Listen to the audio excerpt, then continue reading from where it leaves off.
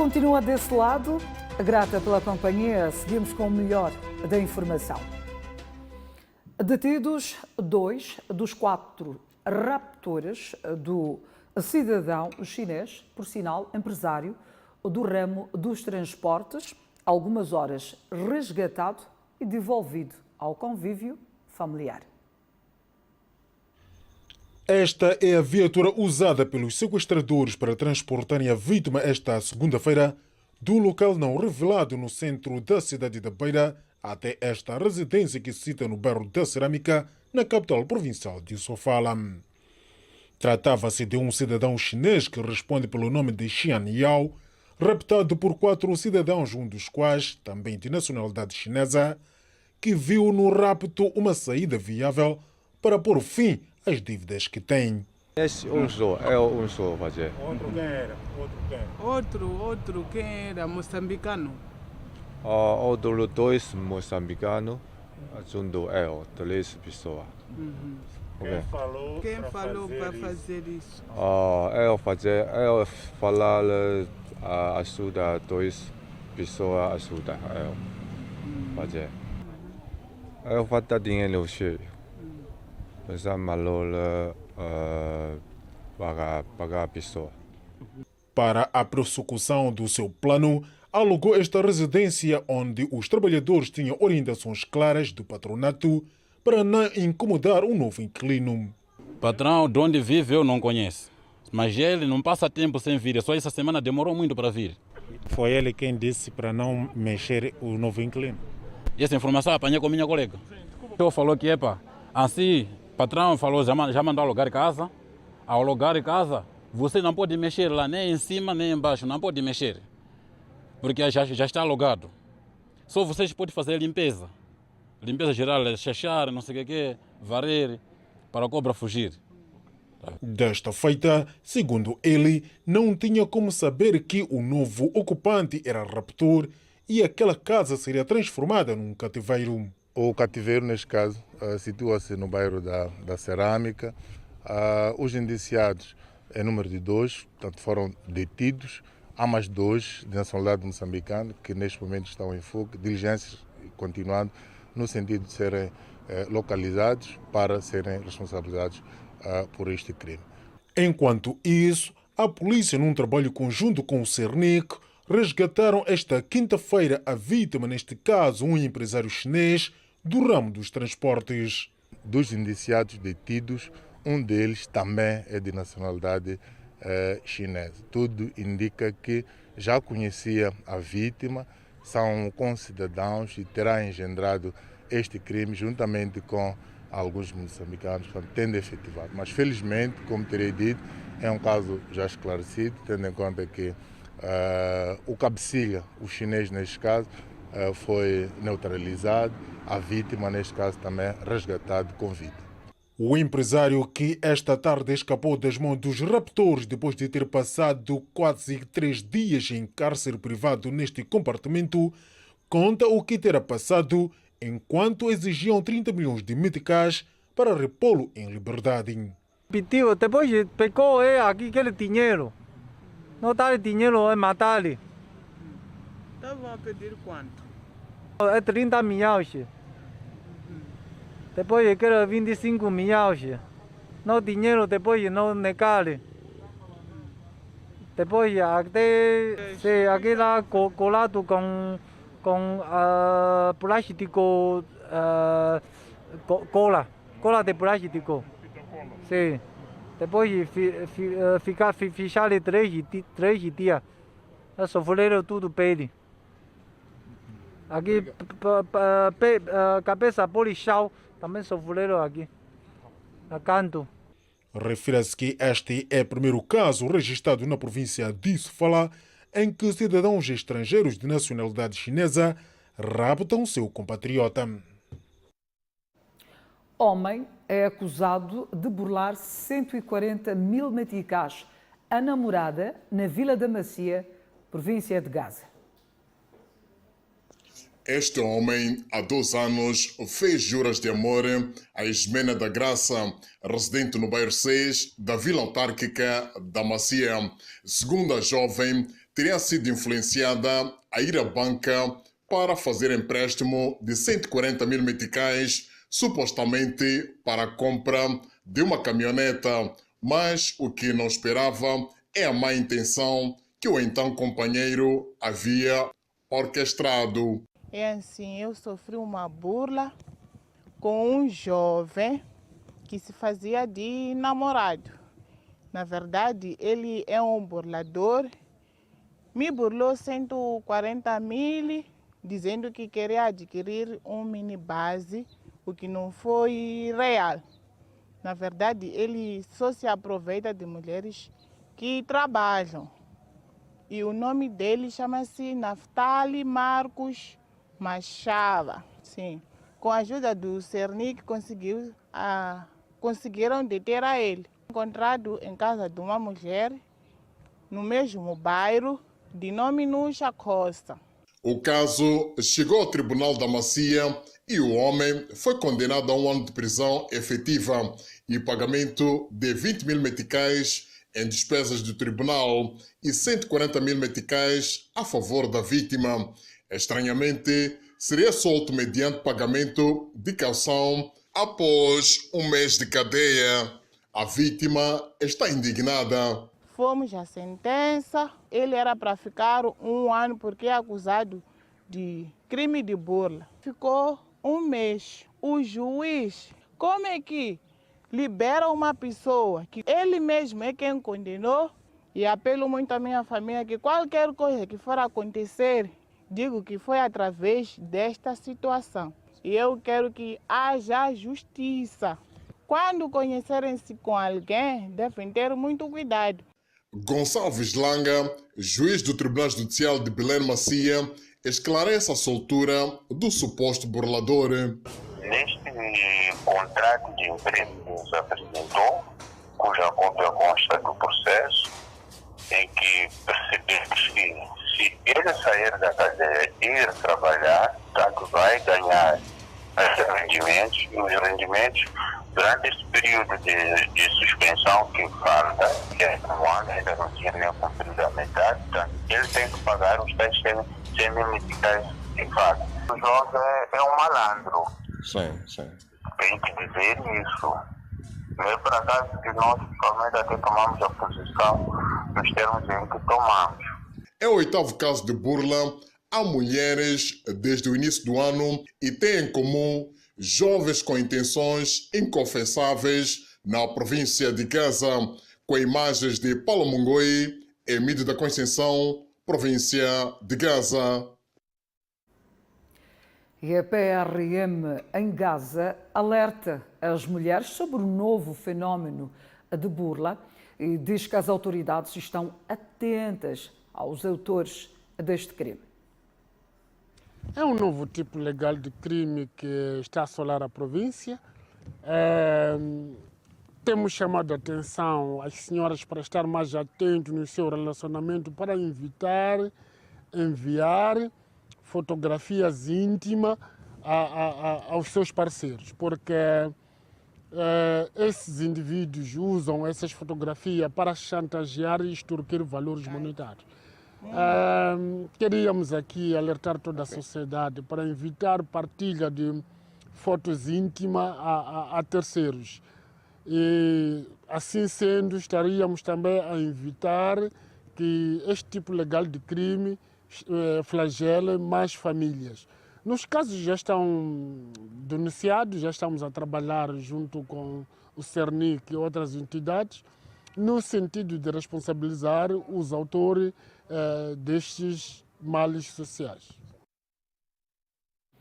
A província da Zambésia terá nos próximos tempos mais 7 tribunais. As obras para a construção das infraestruturas arrancam próxima semana. A iniciativa presidencial Um Distrito, Um Banco está a ser levada a sério e Zambésia é a próxima província a ter as infraestruturas da justiça. A construção de um tribunal para fazer face à demanda da cidade de Quilimane há muito que se justificava. E a iniciativa presidencial chega em boa hora E com o novo edifício estaremos em condições, daqui a 12 meses, de alargar o quadro de magistrados e funcionários à medida das necessidades da cidade de Quelimane. O objetivo é aproximar a justiça aos cidadãos e, assim, permitir mais equilíbrio na sociedade. Temos que fazer a nossa parte. Quando se fala de construir a justiça, é darmos a nossa contribuição para o bem-estar coletivo. Cada decisão judicial que tomamos encerra uma mensagem aos criminosos. O governo da Zambésia está feliz com a boa nova dos tribunais e, por isso, Pio Matos e Judite Mussakula expressam: esta importante infraestrutura que vai ser aqui implantada, além de contribuir para colmatar o déficit de infraestruturas judiciárias nesta cidade, vai igualmente contribuir para a valorização do espaço urbano da nossa capital provincial, com este importante e belo edifício que aqui vai nascer. É nossa expectativa que com a construção deste tribunal haverá mais celeridade nos julgamentos e na tramitação processual do distrito e, consequentemente, na província, reduzindo assim os processos que transitam de ano para ano. A construção dos 7 tribunais da Zambésia vai durar 8 meses. 4 imigrantes ilegais estão detidos no distrito de Manica. Para além da entrada ilegal, os mesmos tentaram corromper agentes do Cernic. Saíram do Malawi na esperança de ter uma vida melhor na África do Sul, mas a viagem viria a terminar em Moçambique porque foram descobertos depois de violar a fronteira.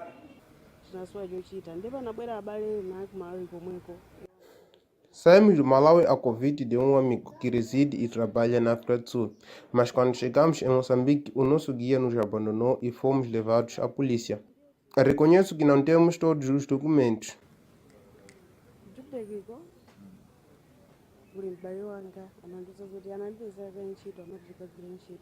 Na tentativa de se livrar das autoridades policiais, estes tentaram corromper os agentes do Serviço Nacional de Investigação Criminal.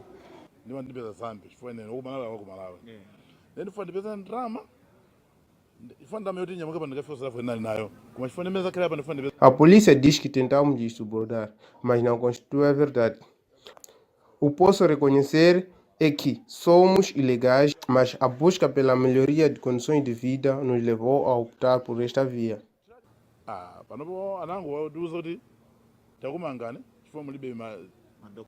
Ahmed Bulacho, porta-voz do Cernic, desencoraja a corrupção e garante que os malauianos vão continuar sob custódia no comando distrital de Manica.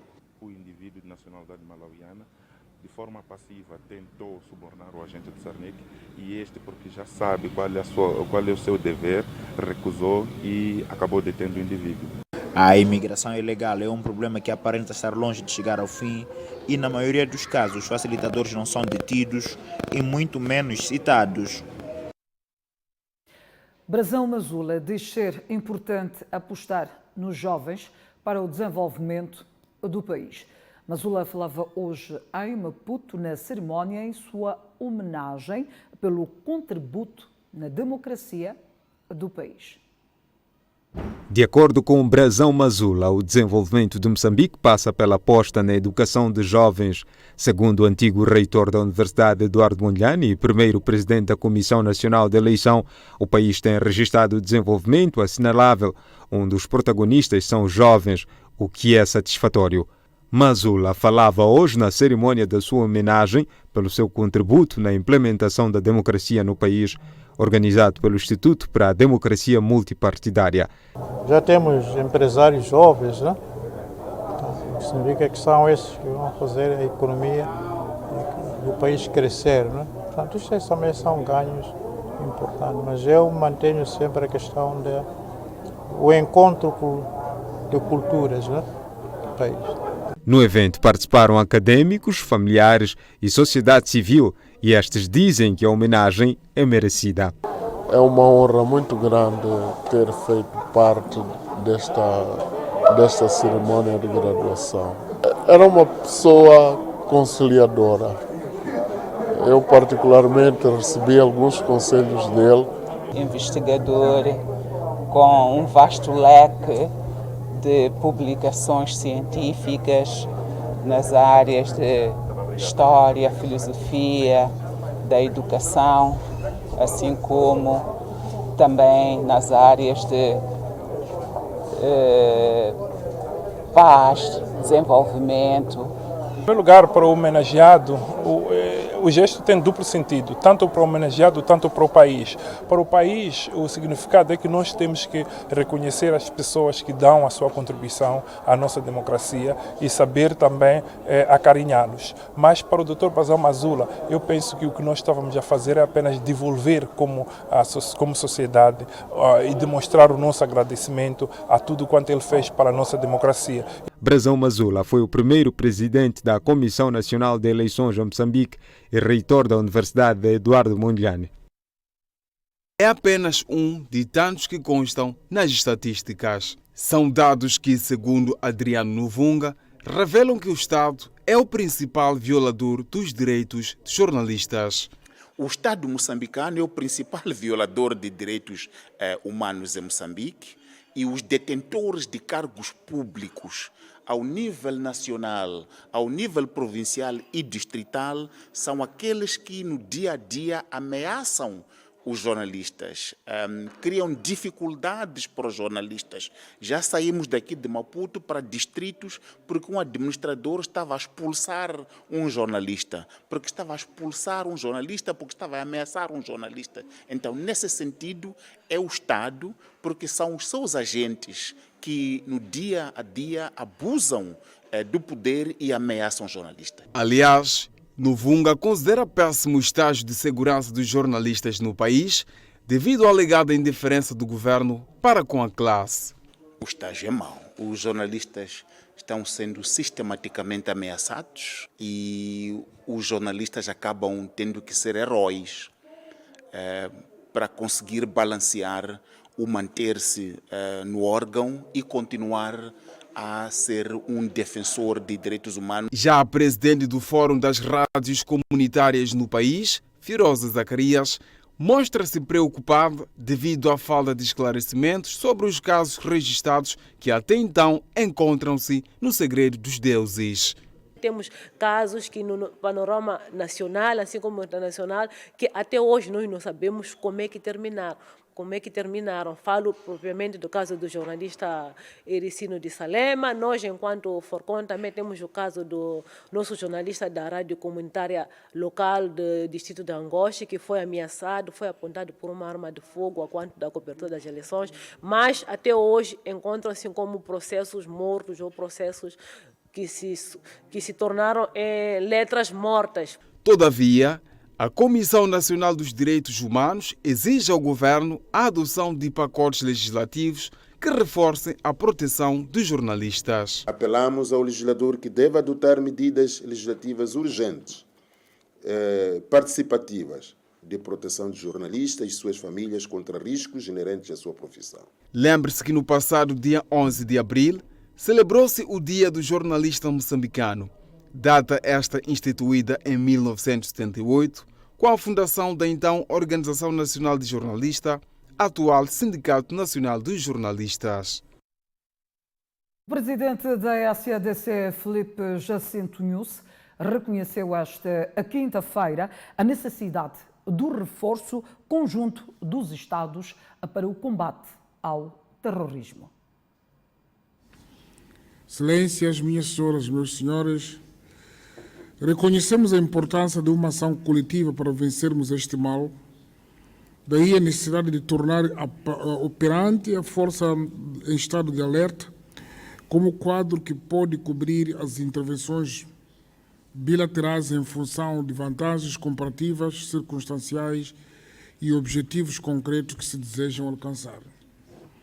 Acordamos igualmente na resposta abrangente e multifacetada ao fenômeno do terrorismo que martiriza as populações em Cabo Delgado, como sejam as medidas concorrentes para maior inclusão social, mais emprego, mais formação e educação, mais investimentos e prestação de assistência humanitária para normalizar a vida das populações afetadas. Neste encontro, a SADC reafirmou o seu compromisso e o seu papel de líder regional para o combate ao terrorismo em Moçambique, reforçando desta forma o princípio de paz, segurança e estabilidade como condição para a implementação dos programas e projetos de desenvolvimento da região. O nosso futuro depende da forma como respondemos hoje às possibilidades que se apresentam com coragem e numa abordagem frontal e franca. Congratulamos-nos com as recomendações avançadas pela Cimeira da Troika do órgão, baseada no espírito do Pacto de Defesa Mútua, nomeadamente a conjugação e união de propósitos, esforços e meios, coordenação e responsabilidades partilhadas. Circula um vídeo nas redes sociais em que uma estudante é agredida brutalmente pelo seu colega na sala de aulas em Ressano Garcia. Um caso que se diga triste. Há bem pouco tempo retomaram as atividades curriculares após uma paragem forçada pelos efeitos da Covid-19. Eis que a Boa Nova está a ser manchada por alguns atos em algumas escolas. Como é o caso de um jovem estudante que empurrou sua própria colega da turma e, por sinal, para sua própria sorte, como mostra o vídeo que está a circular e a viralizar as redes sociais desde a manhã de hoje. Antes dela chegar ao chão, após ser empurrada de forma brutal e impiedosa, a mesma estudante teria batido a cabeça com as carteiras arredores, tendo caído inconsciente ao chão, para o susto dos demais colegas e de quem vê as imagens chocantes. Este é mais um dos casos de agressão moral e físicas nas escolas do país que aparentava observar uma calmaria, talvez pela interrupção das escolas. Mas o certo é que são atos que minam os direitos humanos. E o Ministério da Educação e Desenvolvimento Humano confirma o espancamento brutal de uma aluna da escola secundária 4 de outubro em Ressano Garcia. Gina Gabunda condena veementemente o ato ilustrado em imagens que circulam nas redes sociais. Circula desde a manhã de hoje nas redes sociais um vídeo que retrata um cenário de uma autêntica brutalidade, conforme ilustram as imagens. A confusão é atribuída a um aluno do ensino secundário da escola acima citada na província de Maputo. Uma atitude que, segundo a porta-voz do Ministério da Educação, é deplorável. Este facto é do conhecimento do Ministério da Educação e Desenvolvimento Humano e gostaria de, em nome do Ministério da Educação e Desenvolvimento Humano, afirmar que o Ministério da Educação e Desenvolvimento Humano condena de forma veemente esta atitude, uma vez que a escola não deve ser um lugar para que ocorram este tipo de situações. Gina Gibunda fez saber que, pelo que rege o regulamento escolar, o aluno corre o risco de ser expulso da escola. Há várias sanções que estão arroladas, que vão desde a suspensão, a chamada de atenção, até mesmo expulsão, caso se chegue a esta conclusão. A Gibunda diz mais. A escola deve ser um lugar seguro, a escola deve ser um lugar onde todos os alunos estão lá para aprender, mas também onde têm que ser obedecidas todas as normas que ditam a uma boa convivência. Face ao sucedido, o Ministério da Educação lança um apelo. Gostaríamos de apelar aos pais e ou encarregados de educação para que também façam a parte que lhes compete, uma vez que a educação parte de casa. O Ministério da Educação e Desenvolvimento Humano assegurou que a aluna agredida goza de boa saúde e até às 14 horas desta quinta-feira, a vítima, o agressor e os seus respectivos encarregados de educação encontravam-se reunidos na direção da escola. Ainda na senda de agressões, a Polícia Municipal de Maputo condena o uso abusivo da força dos agentes durante a neutralização de um jovem na via pública. O comandante reagiu hoje à TV Sucesso na sequência do vídeo que está a criar indignação para muitos.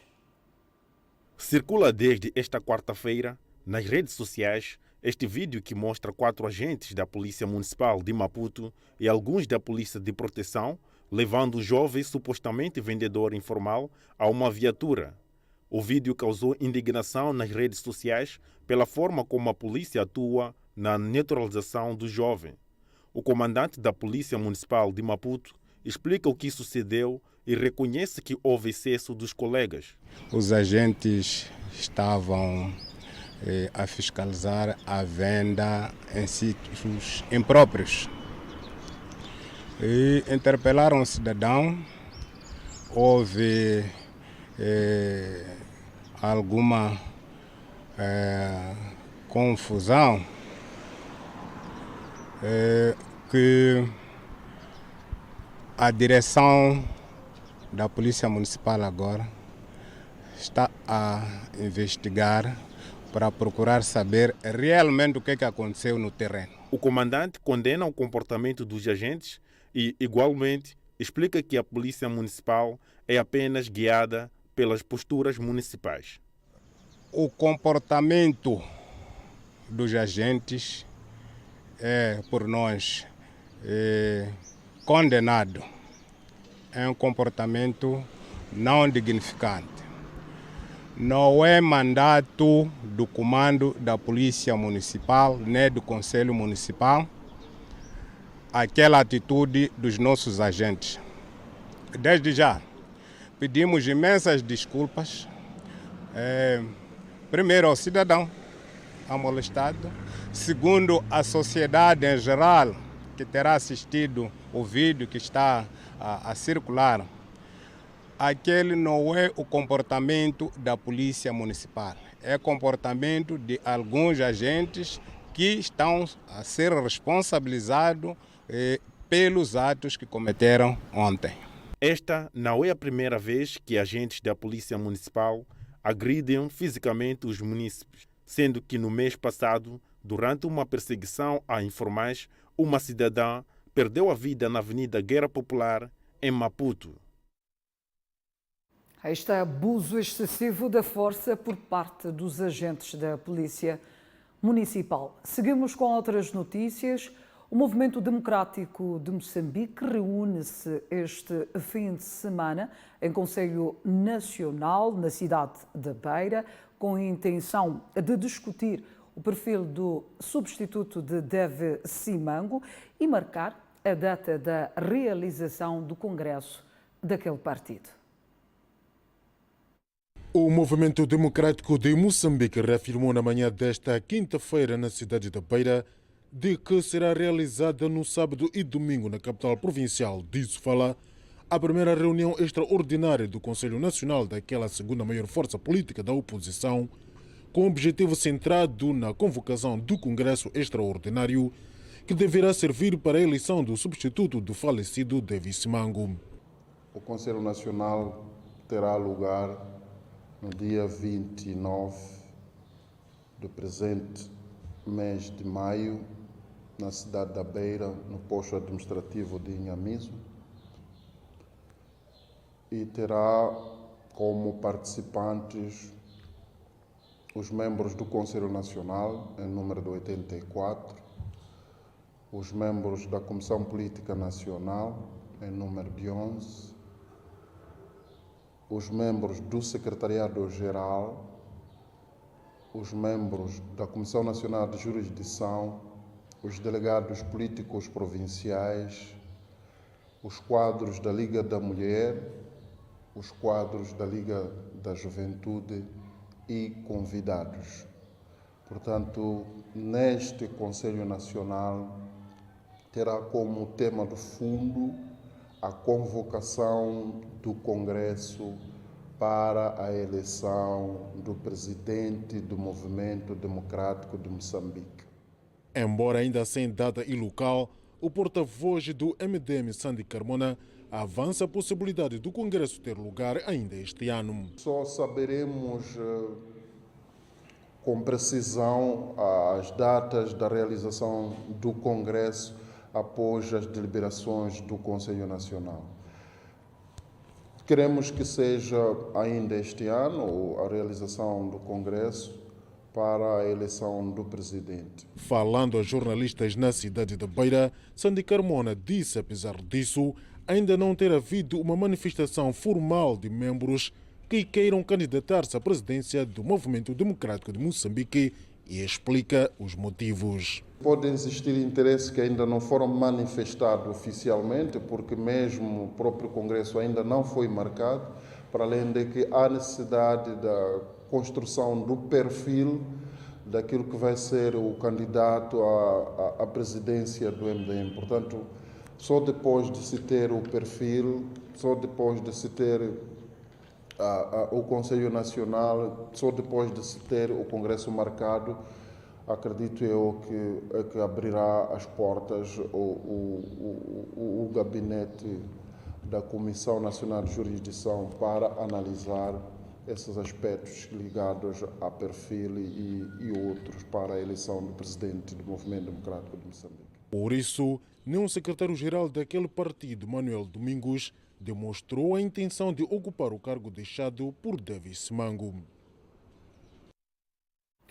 A Assembleia da República desafia o governo de Inhambane a capitalizar as potencialidades existentes em diversas áreas com vista a alcançar bons níveis, neste caso, de crescimento econômico. Desde esta terça-feira que a Comissão da Agricultura, Economia e Meio Ambiente da Assembleia da República trabalha na província de Inhambane. O objetivo é fiscalizar e avaliar a execução do Plano Econômico e Social do ano passado. Os parlamentares atribuem nota positiva ao Executivo da província de Inhambane no que tange ao cumprimento do Plano Global de Produção. Contudo, desafiam ao Governo a continuar com o espírito de capitalizar as potencialidades em várias áreas para elevar níveis de crescimento econômico. Há condições para que possamos afirmar que a produção global é boa e há condições também para que a atividade econômica se desenvolva com esta retoma gradual, portanto, da atividade. Sabemos que Inhambane tem forte potencial, não só turístico, como também agrícola, mas também olhamos para a questão da fruta. Para quem anda por todo o lado, vê que Inhambane tem este potencial. Temos estado a constatar com muita satisfação. Aqui também há um forte potencial pesqueiro e podemos ver que era o nível da pesca industrial, semi-industrial. Portanto, os níveis tanto de produção estão, portanto, com uma tendência animadora. É preciso considerar que a avaliação que fizemos do exercício econômico de 2020, portanto, foi positiva, apesar de ter sido um ano que foi fortemente afetado por esta pandemia e foi condicionado tanto por esses aspectos. Para além deste encontro com os membros do Conselho Executivo Provincial e da Secretaria do Estado, Nos próximos dias, a Comissão da Agricultura, Economia e Meio Ambiente da Assembleia da República desdobra-se em 5 distritos: Jangamo, Morumbeni, Massinga, Inharim e Cidade de Machis. Nós olhamos para questões da economia, são questões, portanto, macros, aqui há muita transversalidade. Olhamos para a questão de transportes, infraestruturas, portanto, olhamos para a questão da agricultura, olhamos para a pesca, olhamos para o ambiente, olhamos para a indústria extrativa, os recursos minerais, sobretudo. Portanto, é uma multiplicidade, portanto, de componentes que, no quadro, portanto, do regimento da Assembleia da República, a nossa Comissão é competente para superintender. Portanto, é nesse aspecto que estamos a avaliar, e todos esses aspectos estão cobertos na implementação do programa quinquenal do Governo. Por isso é que fizemos referência de que estamos aqui para avaliar a ação governativa e o nosso foco é olhar para aquilo que foi aprovado antes, como é que está a ser realizado. Neste encontro, os parlamentares referiram-se do terrorismo em Cabo Delgado e a instabilidade na região centro e a pandemia da Covid-19 como obstáculos que influenciaram negativamente na execução dos planos econômicos e sociais dos governos distritais no ano passado. As dívidas ocultas prejudicaram o país em mais de 11 bilhões de dólares e levaram mais de 2 milhões de moçambicanos à pobreza. Um estudo hoje publicado pelo Centro de Integridade Pública demonstra ainda que as dívidas ocultas pioraram a governação. São precisos 3 anos para que o Centro de Integridade Pública compreendesse com detalhes sobre os impactos das dívidas ocultas. Entre várias conclusões, consta que, afinal, as dívidas ocultas, que totalizavam 2 bilhões de dólares, prejudicaram Moçambique 5 vezes mais que este valor. Ou seja, o custo econômico para as dívidas ocultas ao país é de 11 bilhões de dólares. E isto não é tudo. Há também dados assustadores sobre os impactos que as dívidas ocultas causaram no tecido social, sobretudo aos pobres. O estudo do CIP revela que 2 milhões de moçambicanos foram empurrados à situação de pobreza extrema com o escândalo financeiro. Este estudo pode ajudar a Procuradoria-Geral da República a fazer a sua defesa nas diversas jurisdições onde decorrem processos, mostrando o quão prejudicado saiu o país, Moçambique neste caso, e os moçambicanos, com todo este escândalo de corrupção. O estudo do Centro de Integridade Pública aponta ainda consequências na governação desde que as dívidas ocultas foram contraídas. E isso deve-se essencialmente pelo facto de quem são os implicados no escândalo. Se reparar, os principais implicados em todo este esquema são pessoas da elite política moçambicana, gente com bastante poder. Sendo eles as pessoas com bastante poder, tudo o que eles pretendem é que haja o maior nível de ocultação possível deste caso. Isto quer dizer que irão tentar de todas as formas possíveis e imaginárias impedir que os detalhes deste esquema venham ao domínio público. O estudo do CIP sobre o custo e consequência das dívidas ocultas foi produzido por 8 pesquisadores, entre nacionais e internacionais. O documento, produzido nos últimos 3 anos, carrega conteúdo exaustivo sobre o maior escândalo financeiro em Moçambique. Regressamos com o desporto no seu jornal principal. O diretor desportivo do Costa do Sol, Artur Faria, diz que após a falha diante da União Desportiva de Songo, promete dar uma nova imagem com vista a ter bons resultados. Após a derrota do Costa do Sol diante da União Desportiva do Songo na 7ª jornada do Moçambola, Arthur Faria prometeu hoje trabalhar com vista a alavancar a equipa e ter bons resultados, apesar de terem já somado 2 derrotas até o momento. Não é comum o Costa do Sol ter 2 resultados negativos seguidos. Nós claramente esperámos que a equipa esteja melhor. E acreditamos que sim. Nós já tivemos, apesar do resultado não ter sido positivo no Songo, a imagem e aquilo que a equipa deixou, aquilo que fez durante 70 minutos, foi extremamente positivo. Mas nós sabemos que o jogo tem 90 e, como tal, tudo que fica para trás não faz sentido. Nós continuamos a trabalhar com a nossa tranquilidade. Não temos pressa, sabemos que estamos extremamente atrasados, mas claramente o clube e os atletas vão dar o melhor de si, porque mais que ninguém eles próprios querem ganhar os jogos e acredito que eles vão conseguir dar outra imagem, uma imagem real daquilo que nós somos. Arthur Faria reconhece o fracasso do Costa do Sol e diz que a falta de motivação é um dos pilares que os leva a decaírem. No entanto, promete alavancar os canarinhos. O trabalho é o mesmo, o trabalho não há uma alteração, isto é uma questão agora motivacional.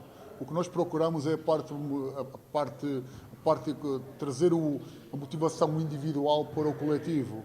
Isto incomoda-lhes, o não ganhar, incomoda-os porque eles estão habituados a ganhar. E estamos atrasados, nós sabemos isso. Continuamos a trabalhar da mesma forma, simplesmente procuramos a parte motivacional, que é aquilo que está a faltar ao clube, que eles não podem deixar cair isso. Porque isto é uma equipa de campeões. Nós ganhamos 9 títulos em 4 anos. Isto não é uma equipa qualquer que está deste lado, isto é o grande Costa do Sol, que vai surgir. Para o jogador do clube, Nené diz que esforços estão a ser feitos com vista a ganhar o embate diante do Desportivo de Maputo. Os jogadores têm feito o máximo para poder ganhar, todos os dias.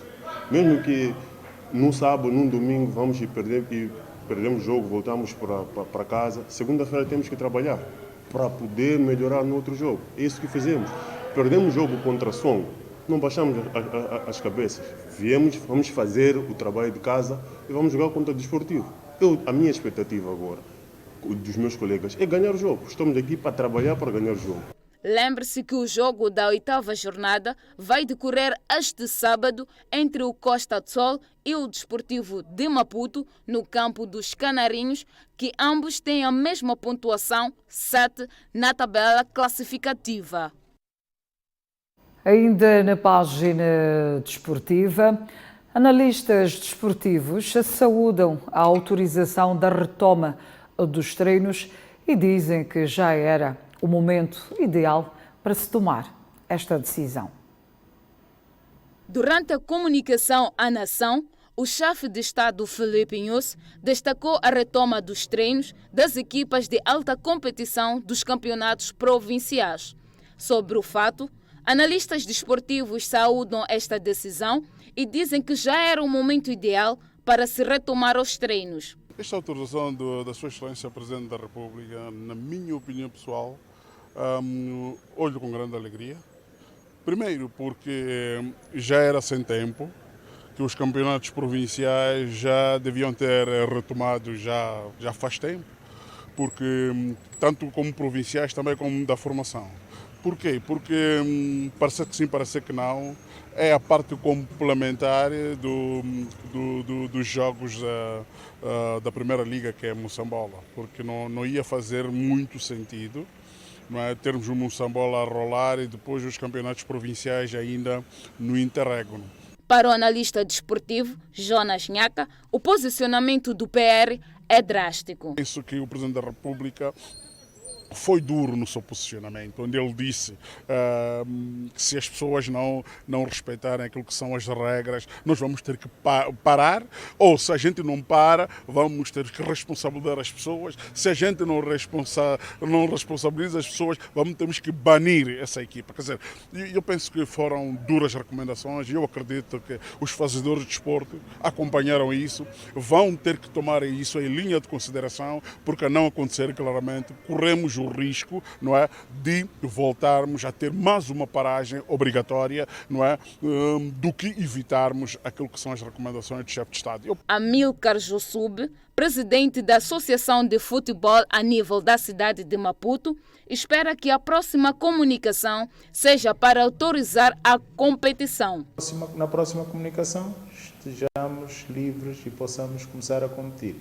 Temos que ter muita cautela porque os jogos provinciais são em campos mais abertos, não é como Moçambola que são em grandes estádios, mas aqui também já vamos acautelar e tentar fazer os nossos jogos em campos mesmo fechados, porque não há público e assim vamos tentar controlar. Refira-se que estas medidas foram anunciadas no âmbito do estado da calamidade pública atualmente em vigor no país. Aí está, Jacob Zuma declara-se inocente no caso de corrupção. Enquanto isso, nós vamos continuar a trazer informação para si em torno deste caso. Boa noite.